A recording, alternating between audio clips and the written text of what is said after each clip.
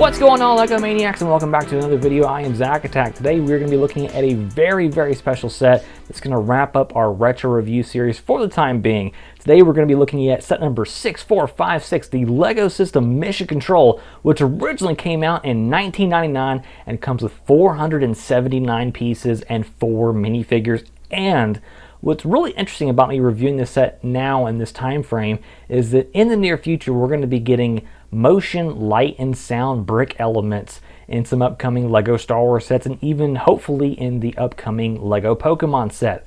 This set comes with a really interesting element. It is a thruster that has LED lights in it that flash and provide sound based upon the button that you press.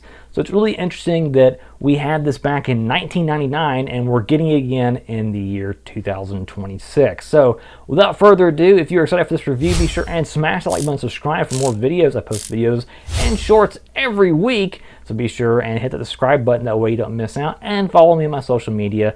Links for all the things in the description box below. Without further ado, let's go ahead and get into the LEGO System Mission Control. So before we get into the actual LEGO set, I just want to take a minute here to look at the box here. So this is the original box that came with this set.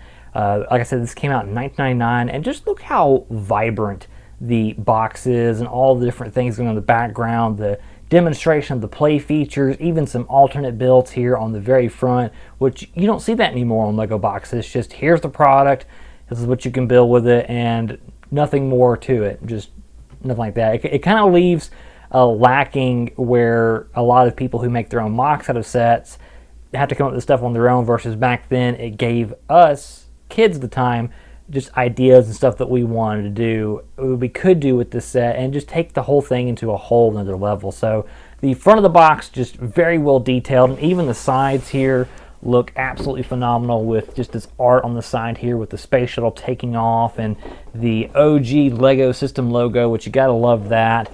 And then if we flip it around here on this other side, we have the workers here building the space station and the carrier for the rocket ship, which is really nice. And it just shows you all 4 minifigures. You have 2 workers, a leader, and then the astronaut.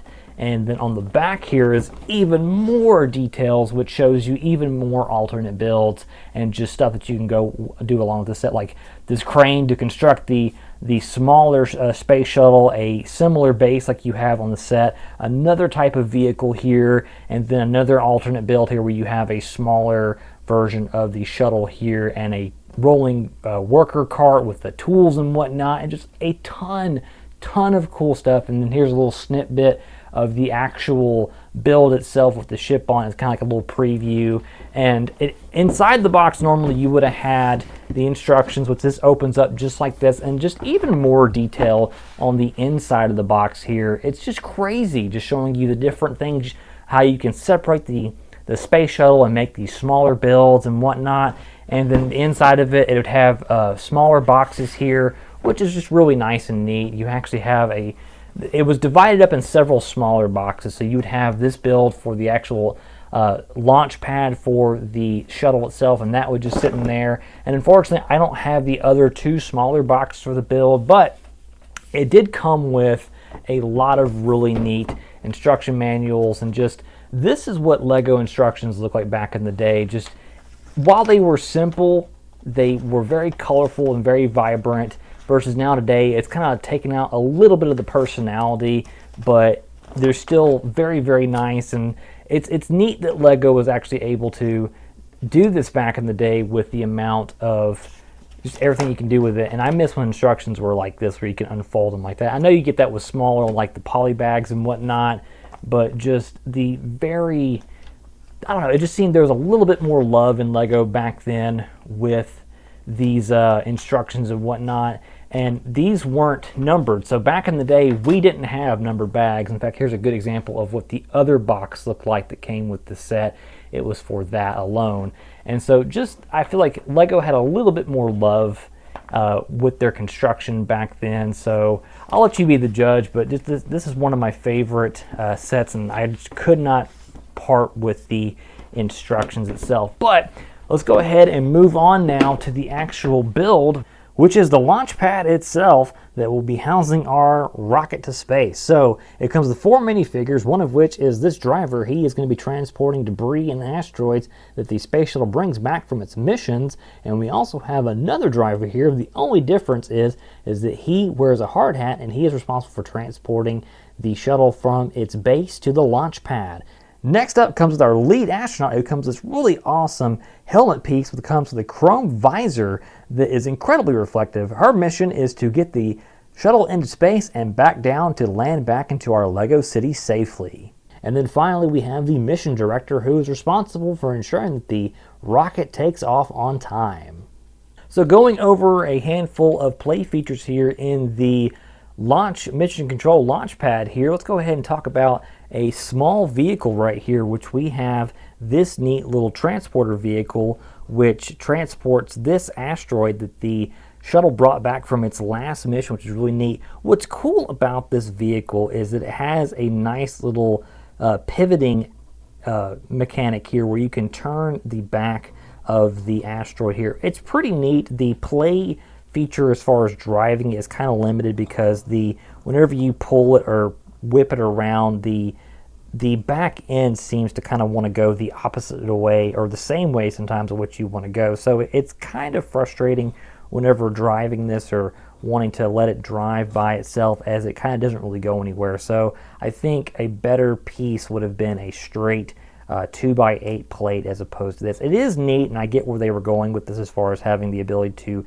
turn and go wherever you wanted to, but for me it kind of takes away the mobility of the vehicle, which is really nice. The vehicle, you can take the little asteroid off here. The vehicle does have a nice little printed tile there which shows a bomb, or maybe it's a speedometer. I always thought it was a bomb as a kid. Now that I look at it a little better as an adult here, it does look like a speedometer that he's going 23 miles an hour. For me, I thought it was always a bomb that was going to go off. What's neat about this asteroid is the asteroid actually breaks in half. Let's see if I can't do this one-handed here. Fingernails would be stellar right now.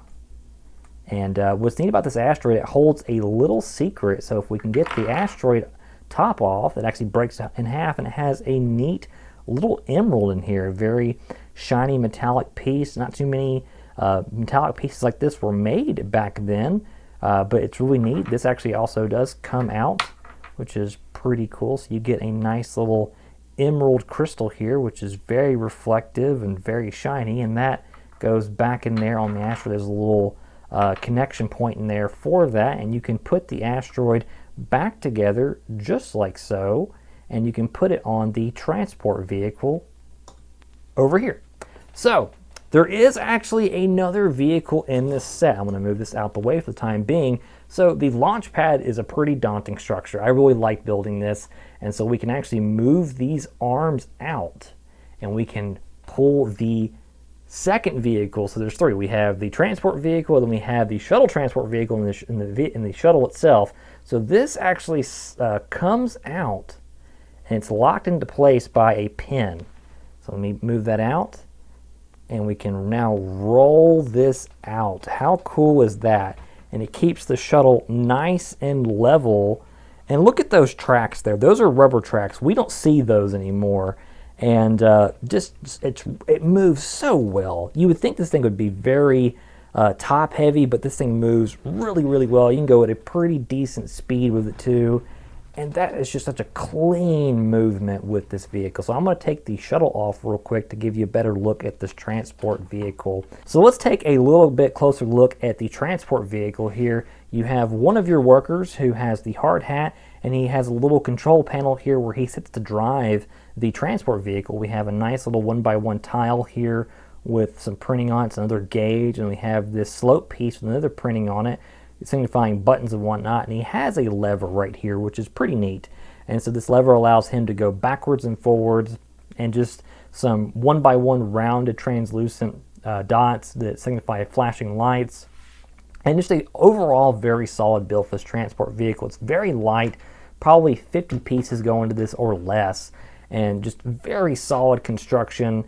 And what's neat about this is that it has these little upright pieces here, which is probably my favorite part that I would like to utilize as a kid for making other more unique builds. And so we can pop one of these 1x6 tiles off real quick, and we can show some snot bricks right, or some snot connectors right here. And so it's on a 2x2 plate, and this all is one piece. And so you could do a lot of really neat things with these pieces. And I did a lot of these with these as a kid, making all kinds of unique builds.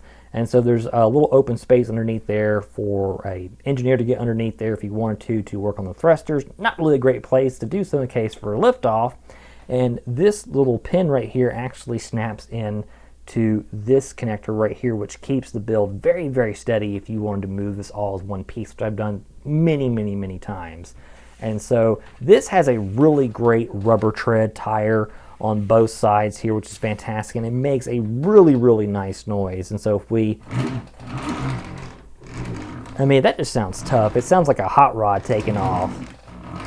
And for 30-plus-year-old rubber treads, these have held up beautifully over time, which I think is awesome. I don't know if I could ever find any more of these if these ever failed, but I do really like these. These are just super duper neat. Play with this all day. Okay, so that's 2 of 3 vehicles down. Let's go ahead and take a look at the launch pad itself. So we have this neat little printed panel here with just some trajectory and whatnot for the space shuttle and where it could go in orbit, which is super nice. You have a cool little light build here using a 1x2 lime green translucent piece. And then if we come over here, we actually have the launch commander here wearing his hard hat on this mission control base right here that we can, see some cool printed slopes again right here, some computers and sonar and whatnot, and just a really neat little window piece here. This is kind of slopes out like that, so a really nice little window build here. And same thing on the top, we have this transparent window build piece. I apologize, it's a little dusty. It's been displayed very well over the years. And we have this neat little satellite dish here, which has this little half disco ball piece, which I think is super cool. It's very reflective, very shiny, same type of gold that the astronaut's helmet is made out of. And as a kid, I would always hide super cool pieces in these little domes you can actually pop off. So you can angle that whichever way you want to. Its own little rotating piece right here, which is super neat. And then over here we have this little asteroid work-on station, is what I call it, or workstation. So we could take the asteroid and put it in here, and it has a magnifying glass, a saw, a jackhammer, and another printed slope piece right here, where I guess you could see where the asteroid hit impact back then. So we can place that right there and use these tools to crack open the asteroid to see what's inside of it, which we already know what's inside of it. There is that little emerald piece. If we move over here, we have a fuel station here to where I guess in theory we could fuel up these 2 vehicles and the space shuttle, which we'll get to here in a moment. So we can actually take this off, and it's on a little rubber hose, and we can plug this up anywhere we wanted to on any of the vehicles. They all have connection points for this hose to attach to, which is pretty neat. So let's take a look at the actual launch structure right here. So down here we have these little translucent dishes here that I guess are just for decoration, for show. We have some more down here in red to simulate flashing lights. And then up here we have another workstation up here with some tools that are available to use. We have a hammer, a ratchet, a crescent wrench, and a screwdriver. And then up here, these I've always thought of them as cameras. I thought it was really interesting how the instruction tells you to mount them. For me, I would have put the translucent piece on the end and put it on the other side, but they have them pointed this way. I'm not exactly sure what these are supposed to be. To me, they've always been launch cameras to show you what's going on, and just kind of interesting. And then back there, there is a little fire extinguisher, which I think is a neat little build. Let me rotate this back here. We have this solid pillar going up here, and there's some more stickers. This set did come with stickers, a handful, not a lot, but just a handful of stickers, which I can really appreciate back then. LEGO not going crazy with stickers back then. And just some more tools we can get access to, a walkie-talkie, a smaller fire extinguisher, and then each level here has the tools attached to these little clip pieces, these little modified 1x2 clip pieces. And then if we sneak in right here, there's another lever with another printed slope element, and just some really nice details in this set with these little structure blue pieces. It just really adds just a little extra flair and just a little nice little extra bit of detail. It shows a very industrious, engineered structure, which I think is pretty neat.